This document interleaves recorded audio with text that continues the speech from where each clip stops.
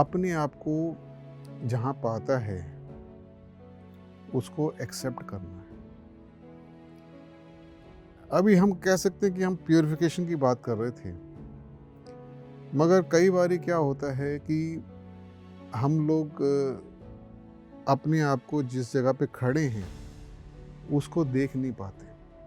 After all हमें चलना तो जहाँ पे हम खड़े वहाँ से ही आगे है। तो अपने को पहचानना, ये जानना कि मैं आज की डेट पे क्या हूँ, कैसा हूँ, ये पहचानना ज़रूरी है।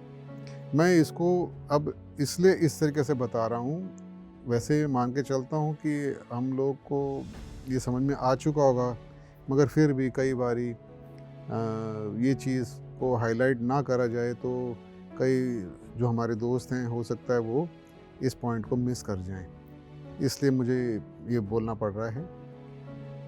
अगर मेरा नेचर आज की डेट में मैं नहीं समझता हूँ तो मैं अपने आप को इम्प्रूव नहीं कर पाऊंगा। अगर मैं अपने नेचर को एक्यूरेटली नहीं समझता हूँ तो मैं अपने ही इम्प्रूवमेंट्स को, अपनी ही जर्नी को माप नहीं पाऊंगा। अगर मेरे नेचर में छोटी सी बात को बड़ा बता देना नॉर्मल है, और ये अभी हमने बात करी कि ये ठीक नहीं है, मगर अगर ये बात को मैं पहचानता ही नहीं हूँ, अवेयर ही नहीं हूँ, सजग ही नहीं हूँ, तो मैं ठीक कैसे करूँगा?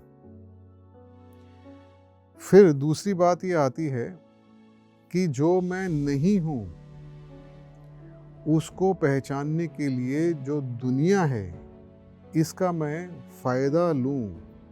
जो मेरे एक्सपीरियंसेस होते हैं दुनिया में, इनसे मैं पहचानूँ अपने आप को, वो यूज़ करूँ। इसलिए कहा गया है कि दुनिया जो है वो एक टाइप का मिरर, आईना का काम करती है साधक के लिए।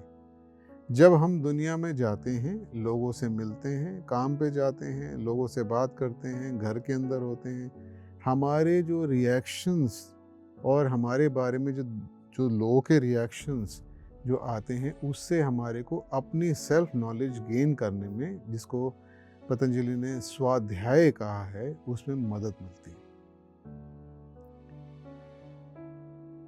जब मैं मेरी नॉर्मल स्पीच अगर कड़वी है, मेरे लिए तो नॉर्मल है, मुझे तो शायद अंदर से कड़वाहट भी ना हो किसी के लिए, मगर मेरी आवाज़ में ही, मेरे बर्ताव में ही, मेरे बोलने के ढंग में ही कड़वाहट है, नेगेटिविटी है, मेरे सोच में भी नेगेटिविटी है। मेरे को जब मैं किसी को कुछ बताता हूँ तो उसको भी लगता है कि ये तो नेगेटिव ही बात हो रही है ज़्यादातर टाइम पे। तो ये चीज़ को पहचानना ये बहुत ज़रूरी है। मैं कहाँ खड़ा हूँ। फिर कई लोग ऐसे सोचते हैं कि काश मैं यहाँ ना होता। जब वो देख लेते हैं, काश मैं वहाँ होता तो मैं बहुत जल्दी से प्रोग्रेस करता। काश मैं फलाने के घर में होता। काश मैं दूसरे जेंडर में होता। मान लो मैं एक फीमेल जेंडर में हूँ तो मैं मेल होता, पुरुष होता। काश मैं अगर मेल हूँ और मुझे बहुत सारा दुनिया में काम करना पड़ रहा है, मैं सोच रहा हूँ कि मैं अगर फीमेल होता, घर में बैठता तो मुझे बहुत टाइम मिलता। जो भी है, जो भी हमारी सोच है कि काश मैं ये होता है, काश मैं ये होता है, मेरी कंडीशन चेंज होती तो मैं बहुत अच्छी प्रोग्रेस करता। हो सकता है सच हो, मगर ये है तो नहीं ना सत्य। सत्य तो ये है कि हम जहाँ हैं वही हम वहाँ हैं।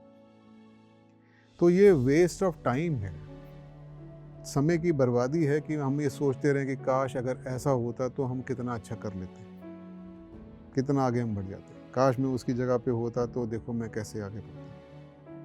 काश मैं तब पैदा होता जब फलाना महापुरुष आए थे और मैं उनके साथ होता तो मेरी जर्नी कितनी आसान हो जाती। अब ये सब तो है नहीं ना।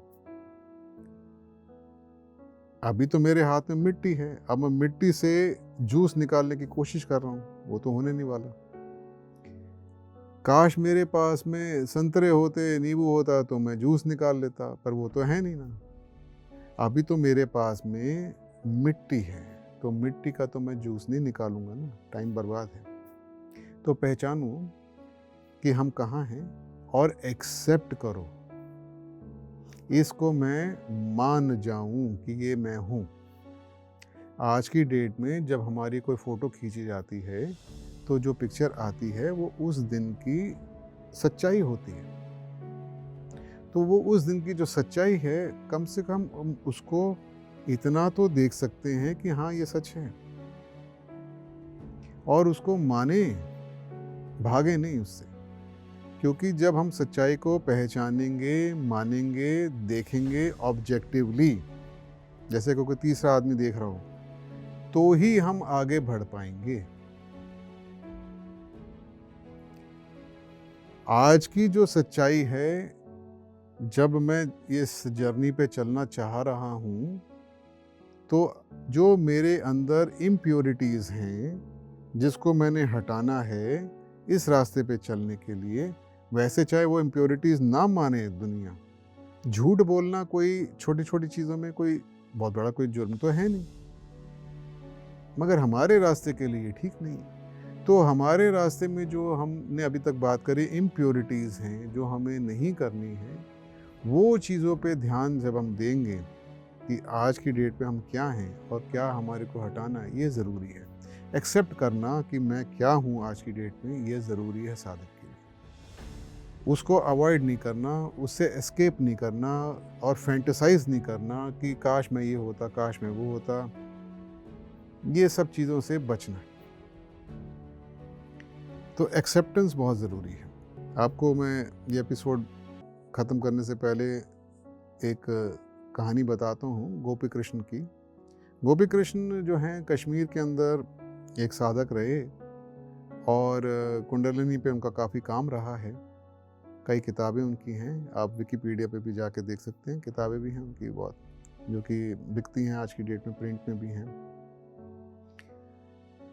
उन्होंने साधना करनी चालू करी, ध्यान लगाने चालू करा अपने सहस्रार चक्र पे, और वो इसलिए करा क्योंकि उनका मन उनके काबू में नहीं था, और उन्होंने एक एग्ज़ाम दिया था, मगर उसमें वो अच्छा नंबर नहीं लेके आ पाए, उस वजह से उनको अच्छी नौकरी नहीं मिली।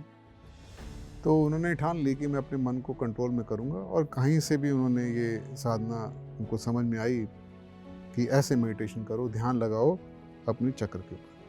अब वो डेली जो है बिल्कुल बैठ के ध्यान लगाना चालू कर दिया उन्होंने। थोड़े टाइम में उनको जो है सक्सेस मिलनी चालू हुई, मगर साथ ही साथ एक और चीज़ हुई, भयानक दर्द उनके शरीर में होना चालू हो गया, और खाना पीना और उनकी सुध बुध अब खोने लगी। जैसे कोई मछली को बाहर निकाल दो पानी से, वो चटपटाती है, उनकी हालत वैसी हो गई, और उनको समझ में नहीं आया कि क्या करें।